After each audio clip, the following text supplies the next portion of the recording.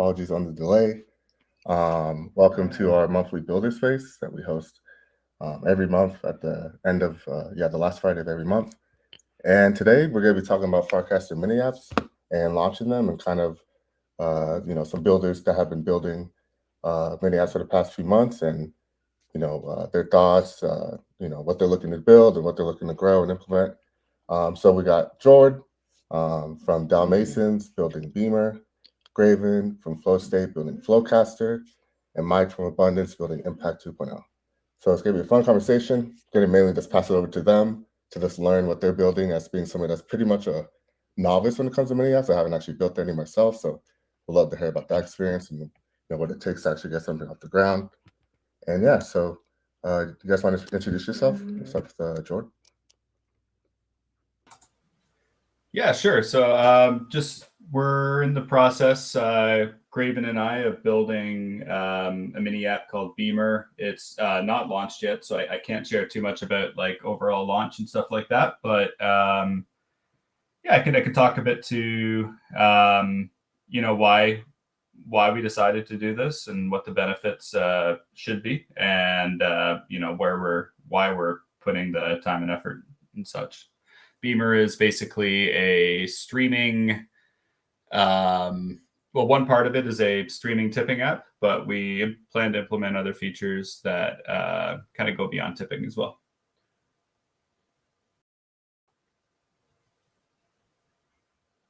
Nice. And Graven, want to go next? Yeah, so I guess I jumped in went full steam ahead into mini apps, and now we're trying to launch two. We launched one called Farcaster. I work at Flow State. We do streaming funding stuff, right? And we've done super heavy things like streaming quadratic funding. That's probably how a lot of you all know and recognize us. But Farcaster is basically a simplified version of streaming towards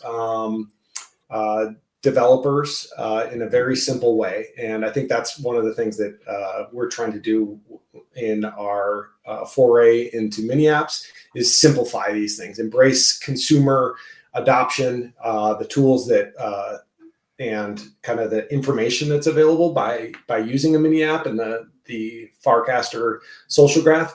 And so we can dive into that, but Farcaster basically is a way to open a stream, and it splits that money continuously to a group of devs that we can dynamically manage. Nice. Then Mike.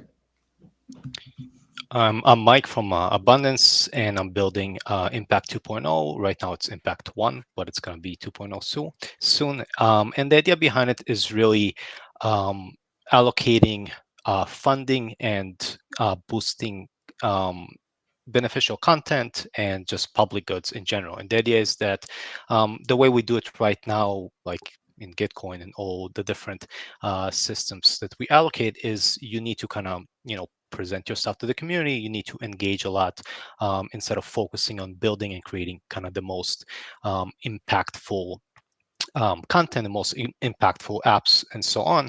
And the idea behind Impact is that you proactively incentivize community members to look for the most impactful content, the most impactful work, code, whatever it is, and then the people who are behind that, who are building it, can just focus on making the most impact, and they don't have to focus on that.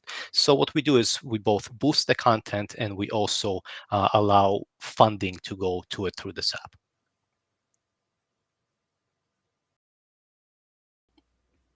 Nice. Awesome. So great intros. And I think as a first question, my dog's whining. Can you guys hear that?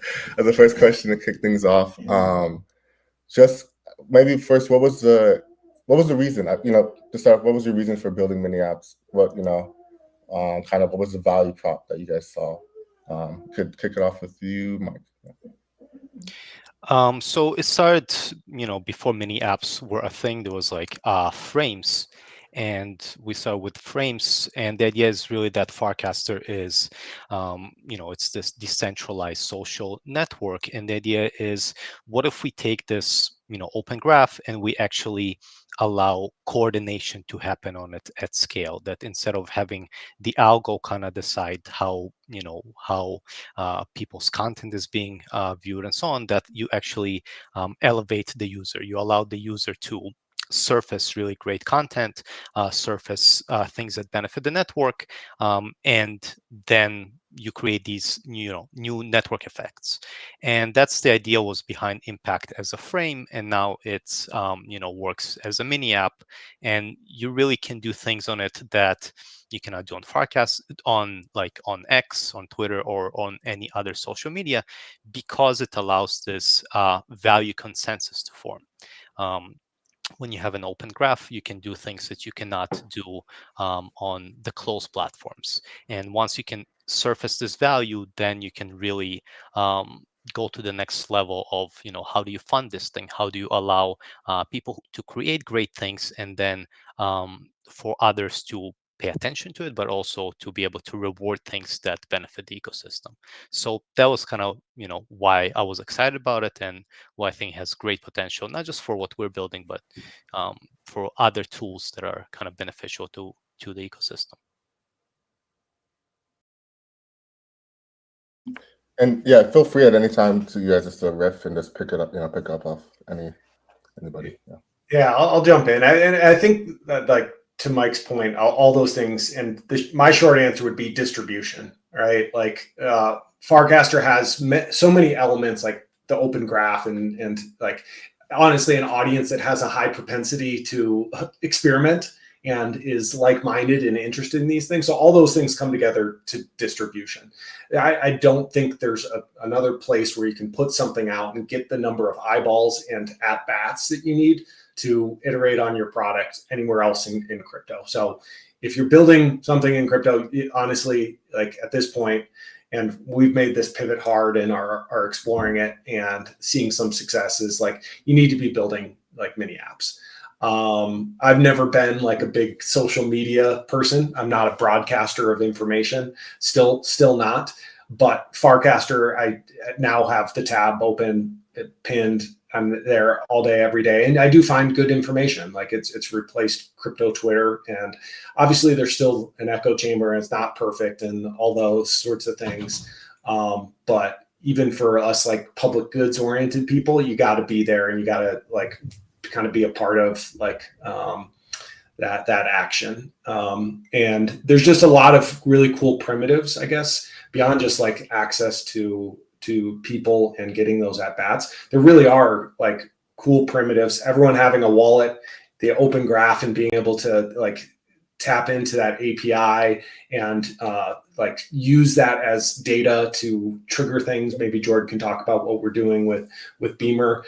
But there's just a lot of great tools and things to experiment and have a lot of fun there. Yeah, I'll second that. I think both of you kind of captured the kind of the core essence of it. I wonder, like, if in the past traditional social media had been a kind of a awkward fit with our tools. Like, social media was really good at sharing, like traditional Web 2 social media was really good at sharing content, right? Because it was very easy to display. And but when you're trying to create kind of like these rapid fire applications, and you have an ecosystem that's trying to constantly innovate and have things where people try things out, and these things are also supposed to be community owned and operated, and everything comes with its own financial rails, then your traditional social media platforms are going to start to fall short. They're not going to have things like wallets attached. They're not going to have an eager audience to participate in that, because they're going over other things with a whole pile of other interests. Now, when you start talking about things like Farcaster, you have kind of a lot of the batteries included, right? And Graven brought up distribution. I think that's probably the biggest battery in the pack right there, right? Is someone to see it, try it out, and tell you if it's good or not. So yeah, I think it's really nice to be able to see social coming into kind of beginning to adapt to what these new applications and these new patterns of, say, either governance or participation, financing, or distributing capital, having a social rails that can actually facilitate that. Nice. There's a lot of good threads to pull from there. I think maybe the main one and the key word you guys all mentioned was distribution. So I'm curious to learn, how do you view, like, for example, like the base app and the launch of kind of new clients that are capable to support mini apps, playing into your like product roadmaps? Was it something that like was the reason you got into, maybe, that encouraged you to build building apps, or this was kind of just like oh, this is a nice a new area to distribute our apps? Like, I'm curious if you guys have thought about the base app and what that could entail. Were we all in it before base app? I think, yeah, I guess I was. I look at it as like it's another point of validation, but it also does, and it's bringing new capabilities. Like the base app uses smart wallets natively, whereas a Farcaster wallet is not a smart wallet. So that's a gift and a curse, right? Like they're like Base is doing like sponsored gas, and you can use their paymaster, and you can do all these sorts of things that make it better and better for consumers. But it starts to be like extra clients and different modes of doing things does create a development burden, right? It's like testing on every single browser, every single mobile. Like it like part of the great thing about having like a standard and like being able to just use the I guess the frames v1, it was just Farcaster, right? Like it was obviously limited, but you had like fewer variables. So but I do look at it as like that's further validation. No one right now has like a bigger like potential on ramp for normal users, normies, than Base does, and they're going for it. We'll see how it goes. They'll make mistakes along the way, but yeah, I would never look at that as a negative as a builder. Yeah, I agree with that, and I think like the floodgates didn't open yet. It's like still in beta, and I think there's like some crazy number of people on the wait list, but it'll be pretty massive to kind of see that kind of expansion, because right now I think Farcaster has maybe, I don't know, around 30,000 like daily active users, 20-30,000, something like that. If it's going to be in the hundreds of thousands, it will be really interesting to really validate your tool to see if how you improve it, how you kind of negotiate this new market, and see how you can work on things that are not just, because Farcaster has been mostly very crypto centric, and we don't even know who are those like additional 800,000 people. Maybe just like regular users who just happen to use Coinbase. So it'll be just really interesting to see what it's how that interaction works. And Jord, I don't know if you have anything to add to that, but something that popped to mind based on what you're saying, Mike and Graven, is what's your target audience and how's that like potentially evolving, right? With like new users coming into the fold. Because Mike, if it's like only 30,000 right now, that's probably like a lot of crypto focused people. So is that something you guys have been thinking about? It's like how to kind of scope your apps to new faces, or do you have a specific niche you're looking to hit with like your apps? Definitely looking to go as general as possible with Beamer. Trying to go as simple as possible. That's definitely a different focus than what I'm used to. But yeah, like people who are familiar with the concept of crypto and have used something like Coinbase is probably like a good start, and hopefully they can kind of learn the rest along the way. Yeah, I don't really see there being like And that, I guess that is the beauty of having that social graph too, is you can begin to attract people that you haven't really attracted before, and you kind of get that scaled benefit for free, right? Coinbase just joined that network, and all of a sudden, there's this promise down the road of so many more different users, which is interesting.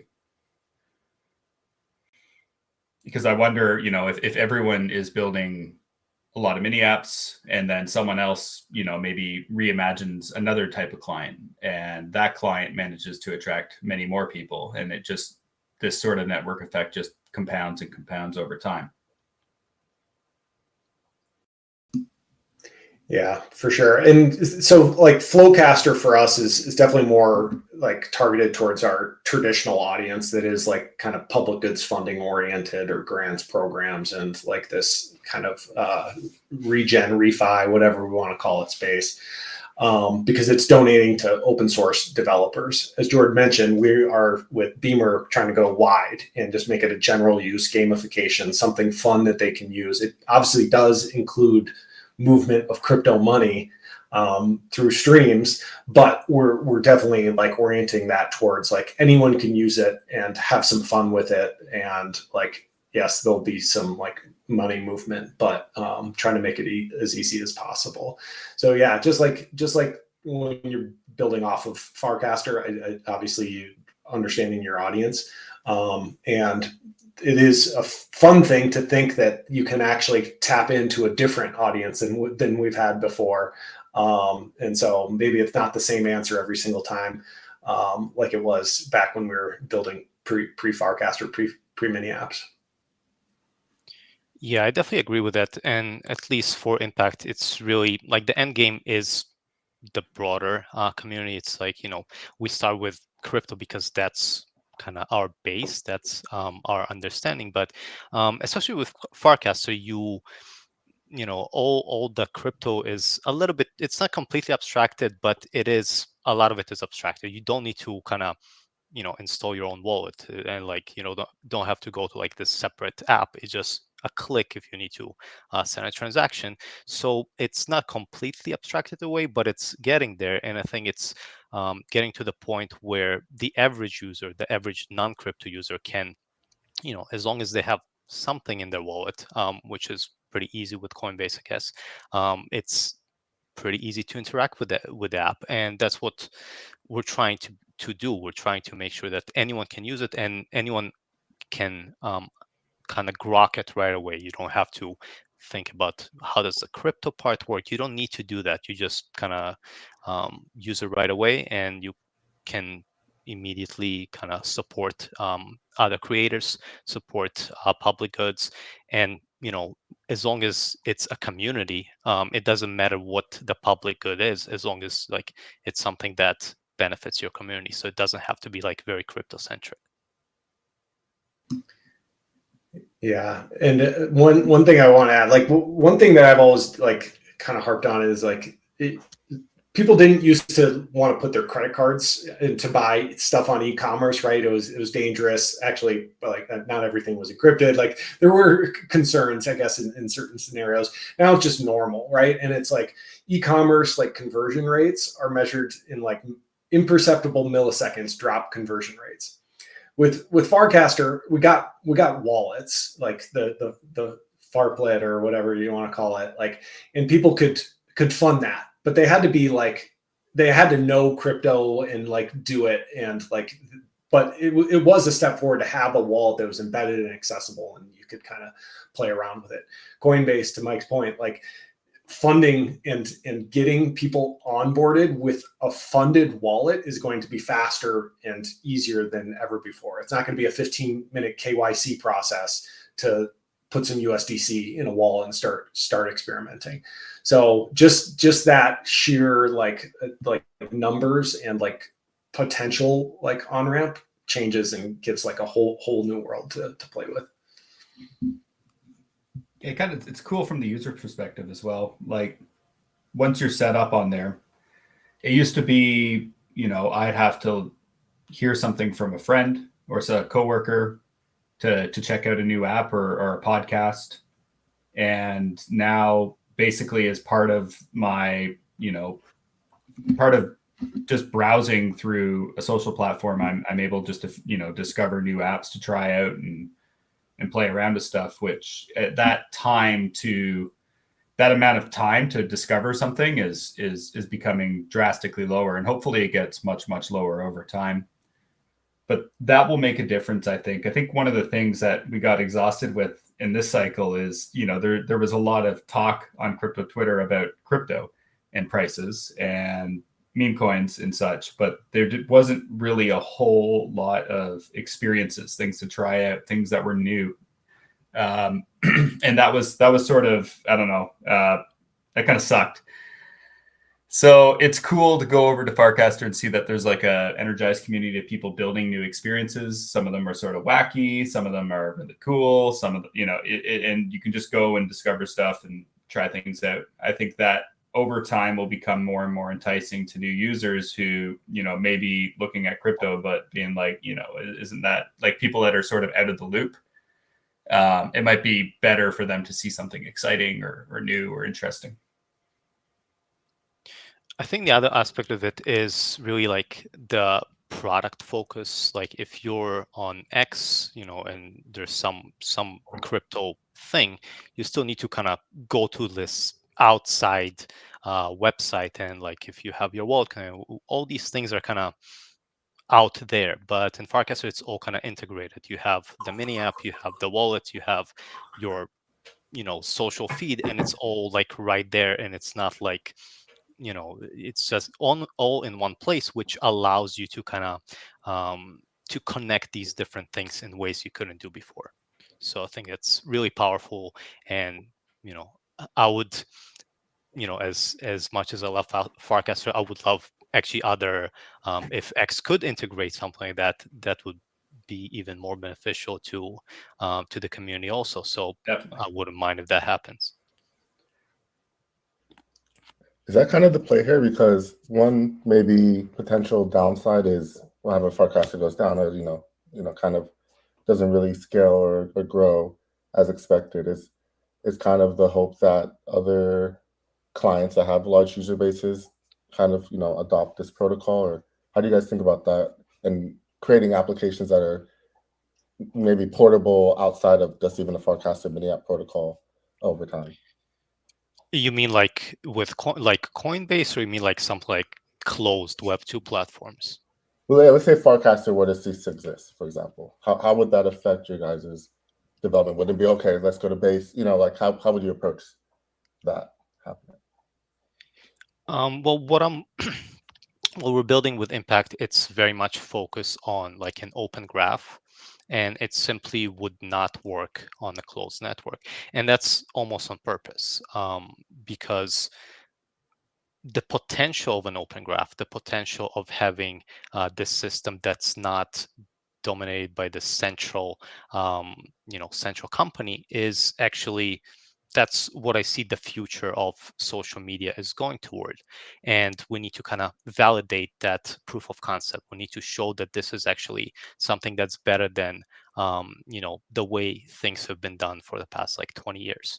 I don't see, at least for what we're building, there's no real value to build it on X or to build it on something that's closed, because that's not, that doesn't benefit users as much. That's the idea. Like you want something that actually elevates users, that allows them, empowers them, and you don't have that kind of dynamic in the closed systems. So if there's other systems that open up, if like X decides to like use an open graph, that would be awesome. But if they're just porting the wallet, that's like, I'm not gonna shift what I'm doing just because of that.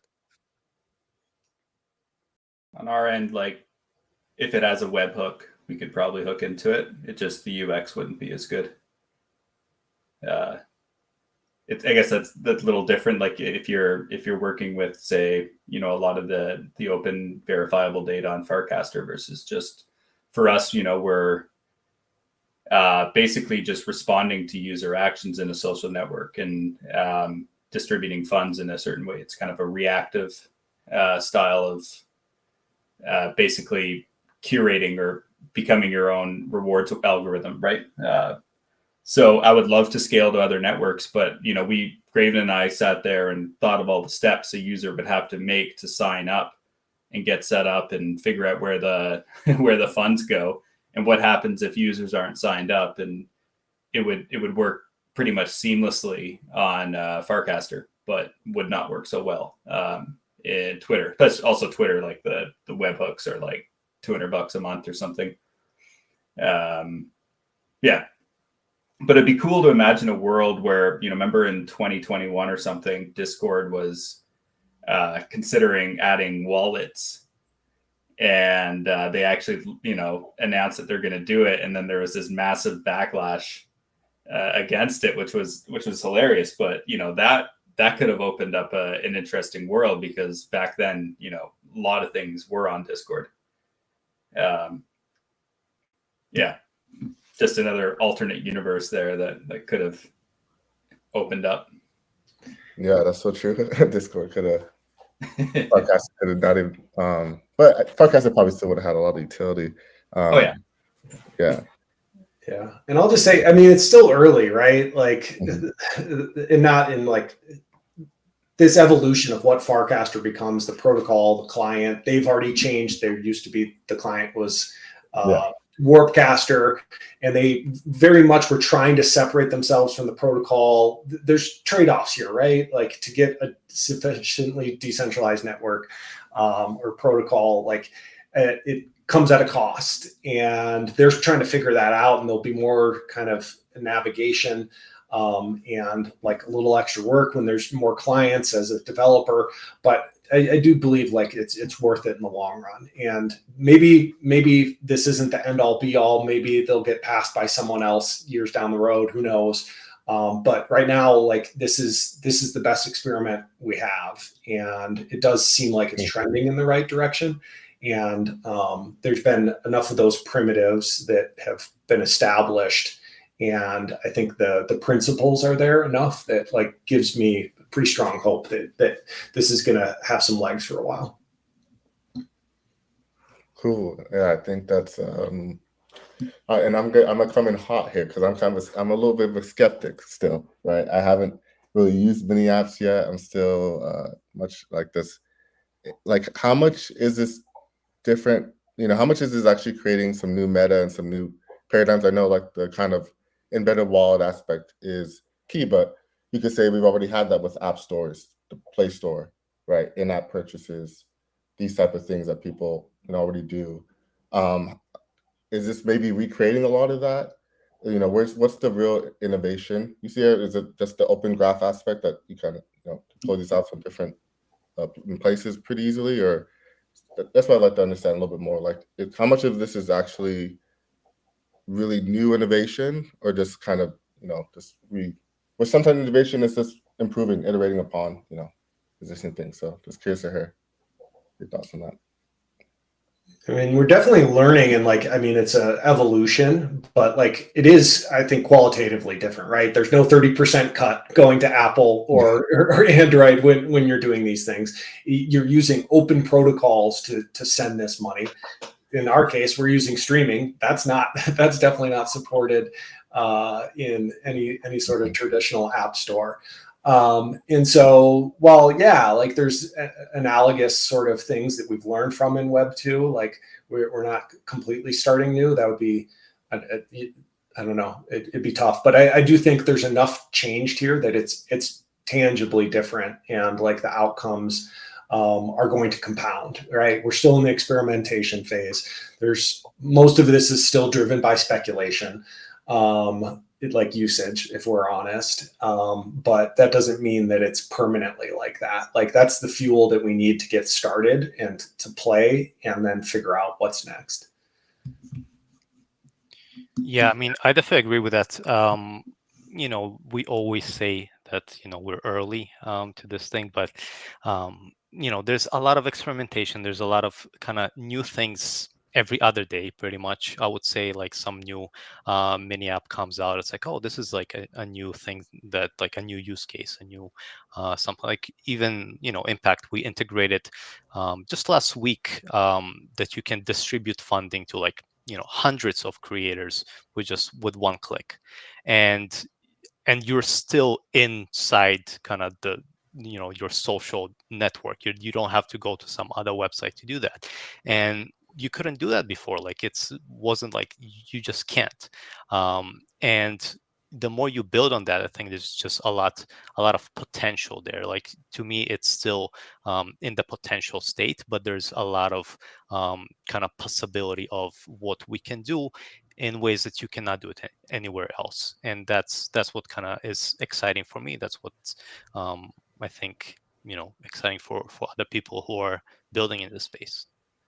Yeah, I don't think other platforms, you could directly build incentives into a social graph, right? And that's going to have a major impact. And maybe you could cobble something together where it's like 5 steps removed and a bunch of setup and stuff like that, but the link would not be clear to a user, and it would be a lot like the last maybe 4 or 5 years, where everyone's kind of off in their own zone and everything's happening in some sort of Discord basement, and the wider viewing audience doesn't get to see it. With Farcaster, I think I was pretty much sold when I opened a mini app, and it was either like, in mobile, I can switch easily between views or desktop, where, I have, this companion there that's like, it is coloring the experience of the social graph with this new protocol or pattern that I'm able to like now kind of view this graph now from a different lens. And yeah, I think there's going to be a lot of interesting experiments that happen when you attach those incentives to how people interact in social networks. Nice. Yeah, I think those are some really good points. Yeah, I think some of the new mechanisms you could deploy are definitely very powerful, and I think I think if you're trying to do too much, I think that could maybe go a little too far and not be able to capture enough people. So I'm getting convinced. What's the biggest barrier here, right? Like in being an app developer, it's always distribution. It's always people, like not enough people are seeing your stuff. You're always closed off. The app stores used to, like obliterate any sort of crypto app that came in. And maybe it's been like a year since they have let a few on, right? Because their business model is going to be eroded by something like this, right? Because they're not getting their 30% cut and everything. That happens on chain. That's not going through them.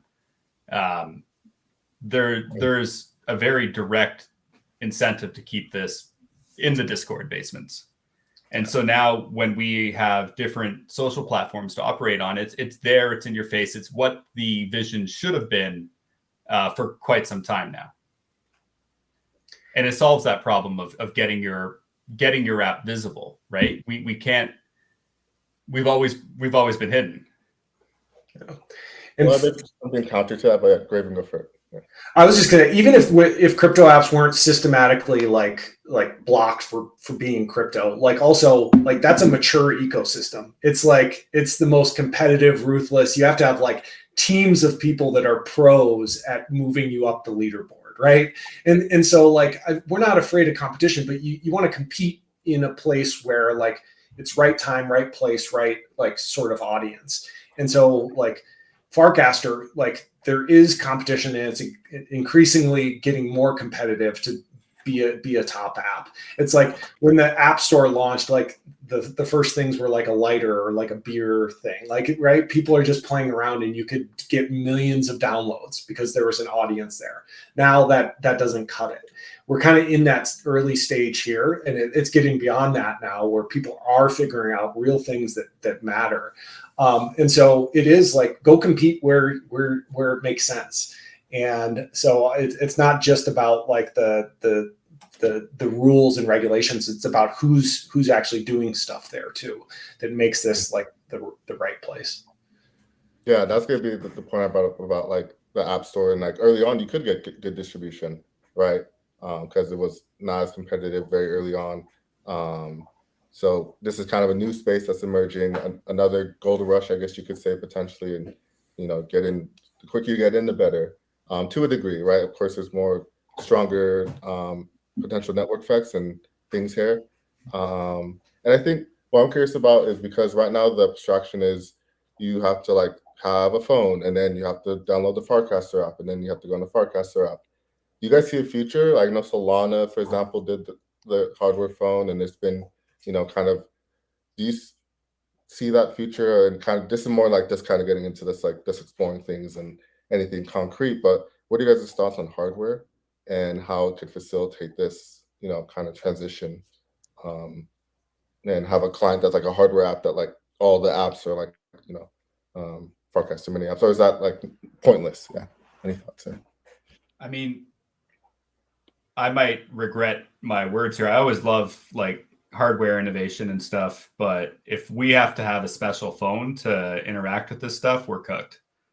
Yeah, it would like having to have a phone isn't the biggest limitation. I think that's by far kind of the most widespread computing device available, right? So, that's probably a good thing, is opposed to being required to have a proprietary device. If there was a proprietary device that was like more secure, that would be great, right? If you could do all the regular things, but you didn't necessarily need to have that special device, that would be great. But yeah, there's security issues with regular phones and wallets, so I think it would be good to have a better secure phone or operating system.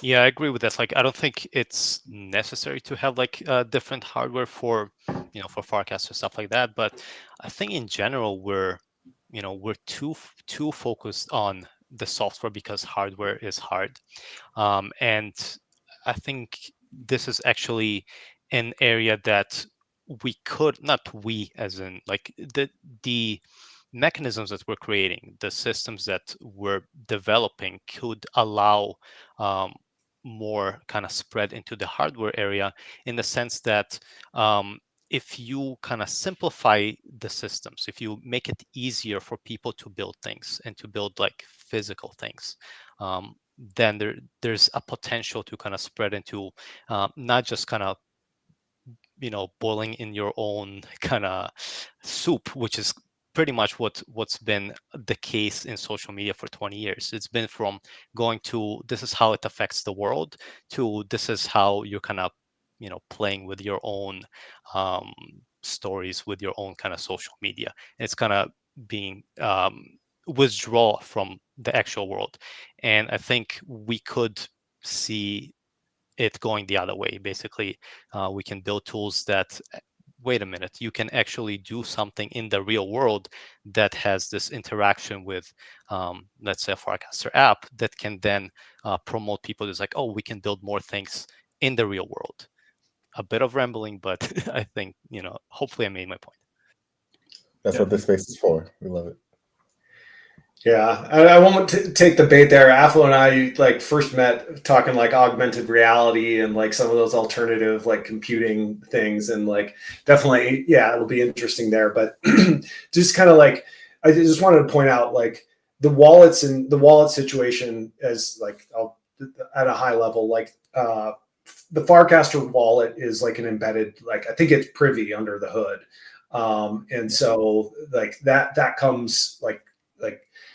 I guess it's a different address than you can use external wallets. You can use your MetaMask, Rabby, whatever. If you're like a crypto power user, everyone that gets onboarded and says, yes, I want a wallet, basically gets this privy one. The base app is using like passkeys and their smart wallet for like their primary wallet there. And those are like different iterations, and we're figuring out the best way to onboard people. Base is still in beta. And so I don't know what that's going to look like for the average user that didn't have a smart wallet already and onboarded. But I do think those will be software things that will solve kind of that wallet and onboarding. And like there's we've come a long way, but there's still a long ways to go there. Like there aren't settled best practices on all this, and you can see that because there's 3 different options for wallets you would use to interact with a mini app on Farcaster. At least 3. Yeah. Okay. You guys entertained a little bit of my explore. Appreciate that. So I think another theme and something I know we've all jammed about and talked about on calls on the weekly Allocator Anonymous, which for anybody listening is a weekly call that we do every Friday in the Dev Guild for allocation tool builders or just tool builders of any sort. And one of the things we talked about was social media versus social networks. And I think what I'm curious about there is, I think my take has been like initially with a lot of applications or new paradigms, it was mainly social networks. That was a big thing everybody loved, and you really could tap into Facebook events and those type of things. And it feels like we've really shifted fully into this content-based social media, having more of a one-to-many relationship with the content creator and the subscribers versus the dynamic between having like your friends and kind of a many-to-many type relationship. So I'm kind of curious, do you guys see any potential shifts back to social networks, or are you optimizing for social networks or optimizing for social media? What is your guys' take on kind of where we're at with this social apps? So the distinction being that the difference, sorry, what is the main distinction between social media and networks for you? I'd say social networks are more optimizing for your relationship between your peers and like your and it's less of a follower subscriber type of base, which then it's just more into social media, which is content based. And right. Okay. Yeah, I mean, so for us, content will be part of something people use to engage in the incentives. But the thing that we're mainly after is that network, right? And getting things in front of people. But the I don't know, when I use a mini app on Farcaster, it feels 3-dimensional. It feels like there's another angle here that I can use that isn't just posting content or being a content creator. And anyone that sees any of my social media profiles knows that I really don't post anything ever. So, it's nice to have other things to play with than just like writing a thread or, so yeah, like it's going to, I think, break us out of that paradigm where we've been stuck in for like the last 10 years where, it's this sort of like influencer content creator attitude of, and like the general prevailing wisdom of how to get reach. I think it's going to change that a little bit because we're adding new dimensions here and new ways to get reach and distribution. And I think that's very interesting to at least explore and discover. So one way I would kind of set the distinction between between social media and social network is Uber would be a social network. Not only, but that's what it is. You connect to other people, social in the sense that it's other people that are using this thing that allows you to do something in the real world, whereas the media is just kind of content.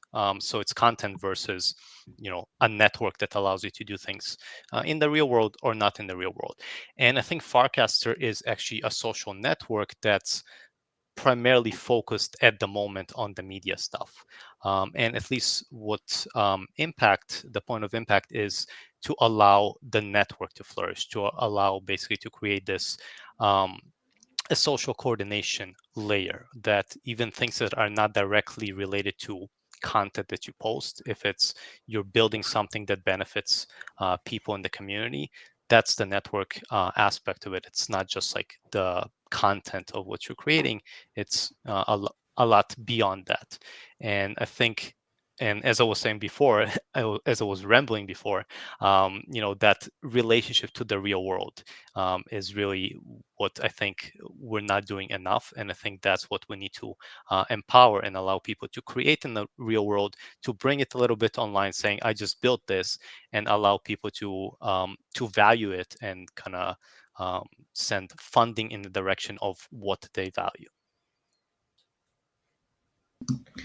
Yeah, I really like Jord's like three-dimensional feel, and it goes back to something Mike said at the beginning. Is like this is a social network or a protocol that treats like apps and these like other experiences, these programmable experiences, as a peer to a picture, right? And that's unique. And so this three-dimensional, you can go off into these other spaces that are something different, and what that can be is the mini app, right? Or like that's one instantiation of it, or framing of it. And then what people do with that to create maybe sub-social networks and all that sort of stuff is really where this can take off. Ultimately though, yeah, like it is a feed-based algorithmic sort of thing. So there's going to be some of those same traps that like every other kind of social media platform has gone through. Hopefully we don't end up with Farcaster too soon, where it's turns into a TikTok clone. But for now, we can explore and try to fight the good fight and create these other more healthy, productive experiences, if that's what you're into. And yeah. Yeah, that's a great thread to pull on in regards to Farcaster and their monetization, their revenue model, right? Because a lot of the initial like early apps like a Facebook did start off very network focused, but then did have to shift, not just purely because like, oh, we just want to make social media now, but out of a need for ad revenue and kind of optimizing for that. And then buy the Instagram as a tool that they could use to continue to monetize on. So I'm curious if you guys have thought about or what's your awareness on the Farcaster revenue model? This is something we also talked about before. So I'm curious to hear any thoughts on how you view Farcaster and its development. I've been seeing a lot more about them posting about trading within the Farcaster wallet, and the fees there. And then if you're a pro member, it's lower. So obviously that seems to be one of their avenues that they're going to like lean into for monetization. I don't know if that's good, bad, or otherwise, like, but people are going to trade. And if they're going to do it in a wallet, like, great. I think I'd probably like, the longer we stay away from algorithmic ads and all that sort of stuff as their business model, the better. Maybe it's inevitable anyways. There's a post on the like from, I think it's one of the Reddit founders or about Reddit, that basically even if you don't put ads into your social network, basically then like people are doing their own ads anyways. They're posting for free. So people are going to be promoting and trying to like drive business through through your distribution channel regardless. So maybe that is inevitable that they'll do that, but hopefully you can do it in a responsible way that's a little less, I don't know. It's sad to hear Mark Zuckerberg every single quarter talk about like monetization of users and all that sort of stuff. But yeah, the world we live in. Yeah, it would be nice to escape the attention economy, even if a little bit. You know, if Farcaster is able to monetize through something like trading fees, I think that's great. If they find something else, that isn't directly draining people's, life force, and they're like, because where you apply your attention is very important, right? And if we got all these sort of dopamine juicing boxes that we open up on our phone, and that's basically all everyone does with their time, it's probably not the greatest impact. So it would be great if there was something else, and then you were able to use the tool for what you thought it was useful for. And if I don't like the way that Farcaster, the client does it, maybe someone else has a different client that curates in a way that's more beneficial to my own personal goals in life. I think the new monetization strategies that are coming to light right now are pretty impressive. I don't know if Farcaster is going to utilize those or not, but I think it's at least opening up a world where you don't necessarily have to be this like AI advertising, machine learning, marketing machine, right? And that's probably a good thing. So I'll take a contrarian view on this one, and I'll say that that's kind of the main issue on the Web 2.0, which is you start with like all these idealistic goals, but then you try to monetize, and what happens is you create perverse incentives. You want to boost your advertising, and that kind of creates incentives for the algo to do certain things. And this is something that Farcaster has not solved yet. And this is something like I would believe is the main challenge, that it has to solve the problem of monetization in such a way that it's aligned with user interests. And unless it can do that, we're somewhere down the road going to end up just like any other Web 2 platform. And that's really part of what Impact is trying to kind of offer a different way of doing these things. Obviously we're just getting started. Obviously it's like very early as a proof of concept or anything like that, but that's kind of the goal that we're setting, that we need to have an alternative model in a way that's aligned with the interests of users versus something that creates perverse incentives that would then make your experience a lot worse on the platform. Have you thought about an alternative client? It's not so much the client. The issue is more like the monetization itself. Like, how do you monetize? How do you capture? And our approach is really, we need to be able to capture the value of what users create. And none of the systems that we have today, Web 2, whatever, they don't capture the value of what you create. They capture the attention, the value from the attention, which is like it's removed from what it is. And that's what creates the perverse incentives, which kind of reinforce the system that harms the user in the long term. And that's what Impact is trying to do. Is basically users proactively looking for content based on its value, not based on how much attention it's expected to get, which is all the systems that Base is building, that with the creator coins. It's basically how much attention is a coin expected to get in the long term. Or advertising, same story. The leaderboard awards, same story. It's all about the attention, the engagement. We need systems that are aligned with creating stuff that is valued by the community, not just creating stuff that's likely to go viral. So Okay, I guess there's a couple threads on the Mike. So on that, I'm curious on the community part. When you say community, do you like scope that like pretty broad, or like should that be like kind of like be contained to like each community kind of creating their value on what content is impactful for them and valuable for them, and that being what's surfaced based on then who people follow and things of that nature. So you can think of the community as kind of the whole network, but you can also think of it as like local communities. Like, what do the people in LA value, for example? What kind of content, what kind of things they value, and then they can create kind of a local economy, maybe with their own tokenomics, that would then, incentivize the people in their community to kind of create the stuff that the people there value. And you can have it kind of locally, but you can also have it like, you can have a token model for the whole system, and you also can have at the same time token systems for kind of local communities based on whatever. Could be location based, can be interest based, could be like just the Ethereum centric, could be base centric, whatever it is. So it's both kind of the global but also kind of localized. And that's the idea eventually to get there, but you have to start somewhere. And right now we're starting kind of with the Farcaster network.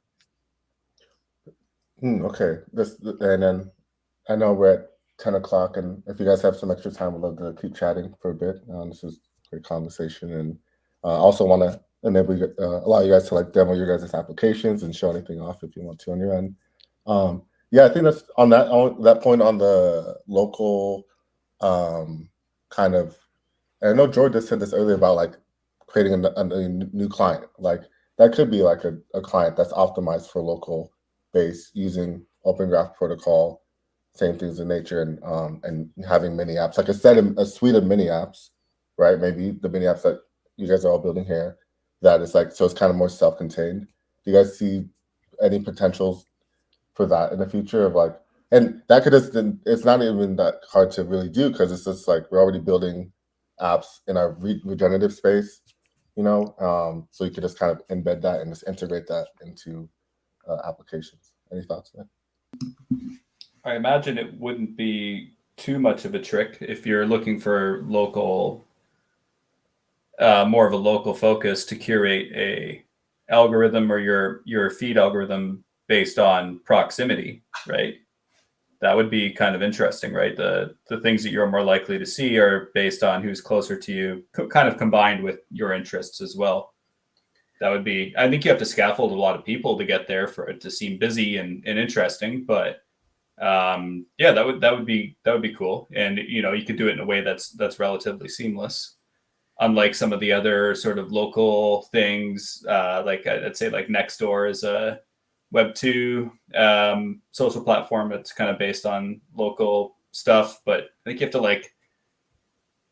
you have to verify, you know, where you live and stuff, and I think you have to show them a piece of mail or something. You know, it's kind of bit to onboard, and I think it'd be kind of cool to have something that just does that seamlessly. Yeah, I think building and maintaining a client, I think, is a pretty big effort. Even just building mini apps and maintaining them requires effort. So hopefully, like I would think, and this has been around, like the idea of decentralized social media is like bring your own algorithm, like your own, like your feed algorithm, and hopefully that can be like a modular piece that you can use like an existing client, but pop in just like the arrangement of data and like how you interact with people and change it that way. That seems like it would provide like more, like a better on-ramp and better like survival rate of these sort of experiments. But yeah, that doesn't exist yet. The thing, like, I think it was like 2011 or something. It was a long time ago. Facebook used to have like these sliders, and you could actually tune your feed in a certain way, and then they went away. That still hasn't come back, and I'm kind of wondering if that's incentive based, or did that become too much overhead for engineering? Or yeah, I think it's incentive based, right? Yeah, And it's incentive. Well, that's a great segue because I was just thinking about could this actually be Farcaster's revenue model? Could Farcaster, because they have a client built, could they, and because of maybe tooling getting easier to, you know, AI and stuff like that, could it be a potential revenue model for them to kind of deploy Farcaster clients that are scoped, like more tighter scoped to, like, you know, that are localized and stuff of that nature, with their current interface, just, you know, just tweak it a little bit, just get it down. It'd be more about removing things than adding. I think you know, we still have channels, which is a little bit like that, like it's like cozy corners, stuff like that. And Farcaster, the client, is pretty much moving away from that. Like they still have them, but they don't kind of, you know, don't build on that. They don't kind of try to optimize for people who use them. They just like, we have it. If you want to use it, use it. It's not going to help you in like in the feed, in the algo, in anything, but you can use it. So I think their approach is pretty much, if you want to build a client like that, go for it. But this is not our focus. The focus, I guess, right now is like mini apps and other things, which, you know, makes sense, I guess, in terms of growth, because they basically said that the channels are not a growth engine. They're not really helping them grow, and that's kind of what they want and need at the moment.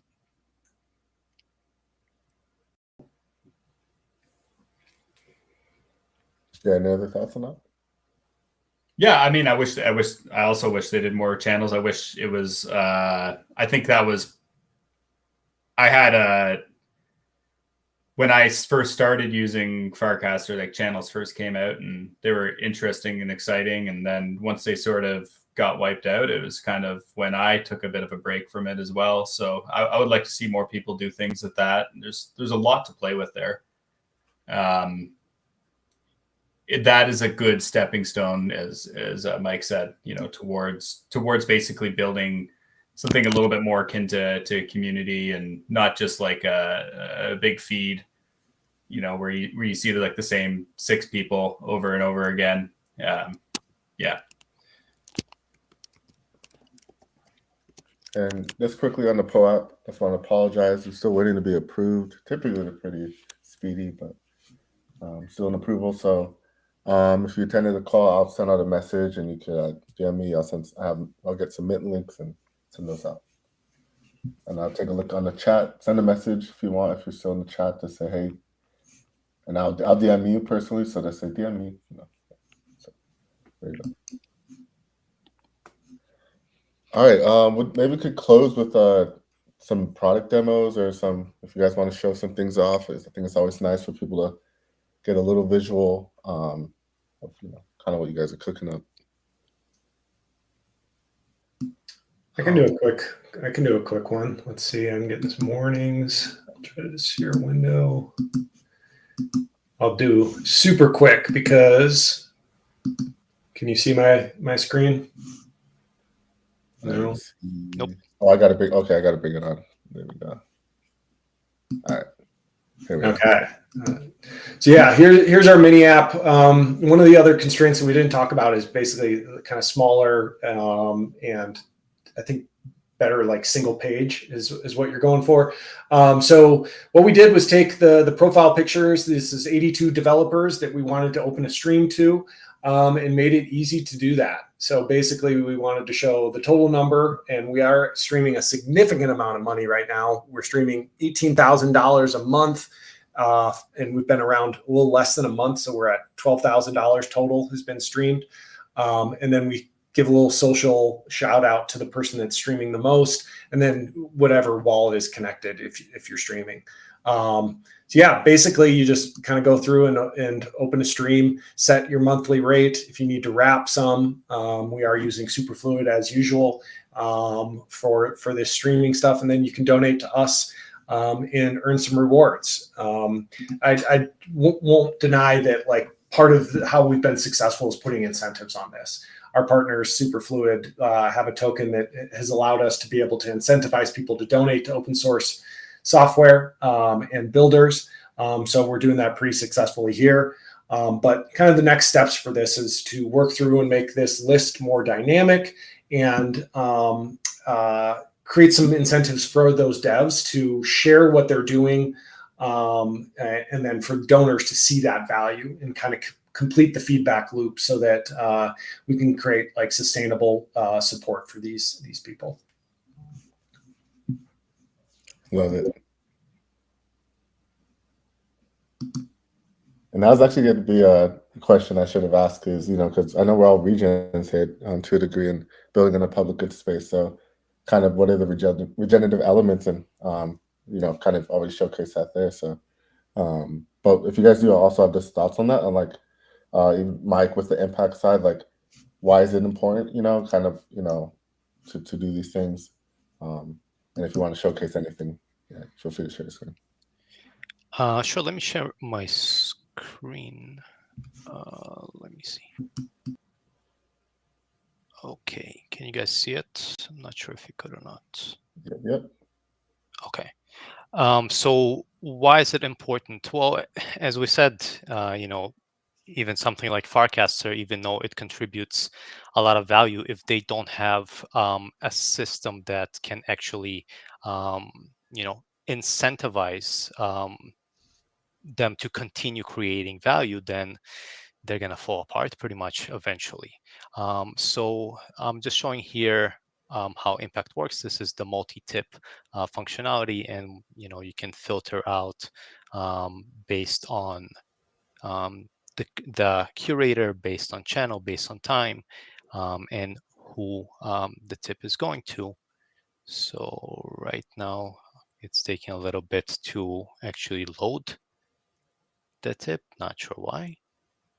Taking way too much time. Okay. And then you can select from a whole bunch of coins, and then you can. What happens is once you choose the tip, it's going to go to everyone based on their impact based on what the community curated. So you have right now over here like 140 creators, and anyone can tip them, and you just press on the multi-tip. Okay, maybe you cannot press on. Let me get another coin. You're not DJing enough. Yeah, unfortunately. Let's try that. Which is a good thing. Let's try some USDC then. And what happens is you just send it to 142 creators. It creates a nice frame, and then you can share it. And it shows, that's what it looks like. This is like for 18. This is for 140. And you just share it. So that's the sharing. You can kind of go to your feed. You can look at, impactful contributions, and then you can click on the impact button, and then you decide how impactful it is this cast for the rest of the network, and then you nominate it, and then it goes into this feed of all the contributions based on their impact on the network, based on what everyone is kind of valuing. So, in my view, unless we figure out a way to align the incentives between what people create and how much it contributes, including the protocol itself, including the platform itself, you're always going to have this misalignment, and then we're going to end up in the same place that Web 2 is in, and that's not healthy. So that's why I believe we need it. We need like these alternative ways, and that's what we're trying to build here. Nice. Very Yeah, cool. and it's great to like really see a demo. I think this is my first time seeing. I know you've been doing a lot of code because I have your Scout card on Scout Game, and you've been getting me a lot of points. So I appreciate that. But I think the aspect of how you're approaching community kind of base is very interesting, and ideally, it's kind of the goal to have Farcaster adopt something like this, like because it feels like that to adopt this type of approach to valuing content, basically, right? Content, and not just content. Yeah, right now you're focusing on Any content. contribution to the network, you Yeah. need to value it. That's the idea. It's like it's the network, not just the media part of it. Yeah. So is it basically there's like a distributed set of users, and they have a way to add stars to those contributions in there, and then that kind of creates a ranking system? Right. So there's a set of incentives. So the curator gets 10% of the tips. So what you want to do is you want to find the most impactful content. So you have like you're proactively looking for great contributions, and then once you nominate it in Impact 2, there's going to be a whole decentralized way of actually validating that this is actually impactful and not just some you supporting yourself or whatever. And once you have like this validation, once people say, yes, this is kind of valuable for the whole network, I want to contribute to that, the curator gets their cut, because they're actually doing something that benefits the network, and all the creators get a cut. Creator, developer, whoever is actually benefiting the network. And the idea is that even if someone just joined the network, has 0 followers, but contributes something of value, right now the algo is going to completely ignore them because no one is proactively looking for those things. You look for like the social media aspect of it, but with this you want to surface the most the things that benefit the network the most. Very cool. Yes. We'll talk offline about streaming to those people instead of one-off tips. That's the next stage. That's yeah, the I next was gonna stage. say some pools would be great. We can do that. I think EDA. it's doable. Yeah. Yeah, it was a great demo, and yeah, it's cool stuff. Jord, do you have anything? I know. Not today. Sorry. Not today. Yeah. Oh, no, you're good. And I know you're always cooking, so I know you'll got something soon. Any links you guys want to share? Feel free to send in the chat, so people could reference those later. I think you guys could send messages. I think. Let me know if I don't know if you have to have YouTube open. You can't. Okay. Let's see. You guys want to send me links? I could share them in the chat. Yeah, this has been a great convo. Any last thoughts? Just anything that kind of brewing in you guys' mind that you want to share before we close?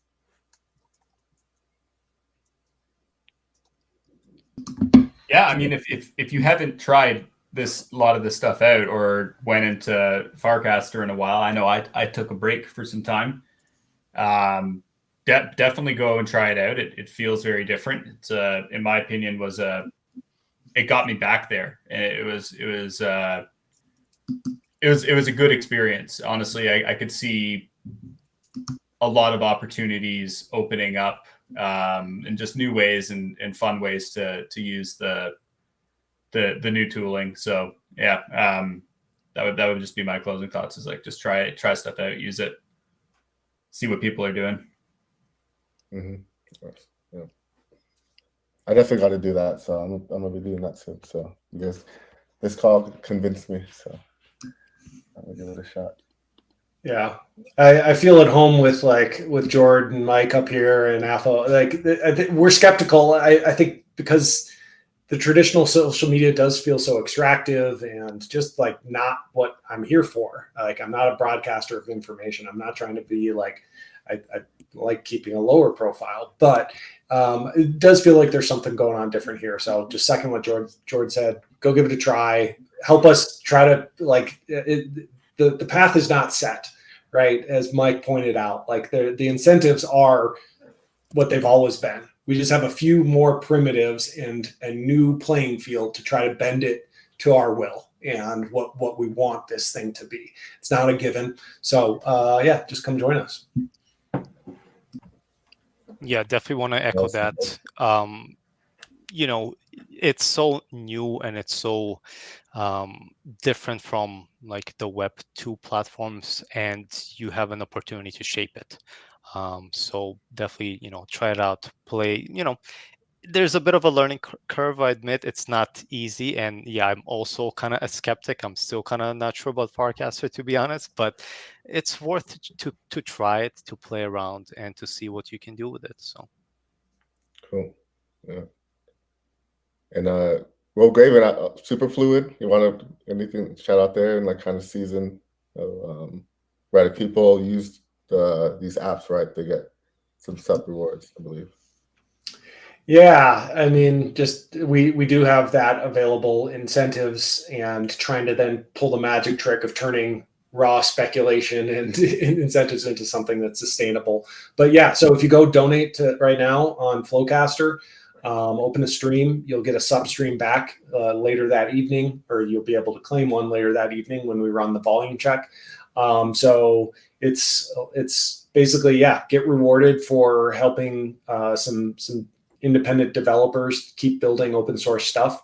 Lots more to come, and yeah, super fluid. It's pretty great. Yeah. Awesome. Well, I appreciate you guys for your time. So, went a little bit over, and always great chatting to you guys as always. So yeah, it's a great space, and everybody on the call, appreciate you staying on if you've been here since the beginning, and apologies on the POAP. Like I said, just send me a message, and we'll get that once it's approved. And yeah, everybody have a good rest of your Friday and a good weekend. See you soon. You as well.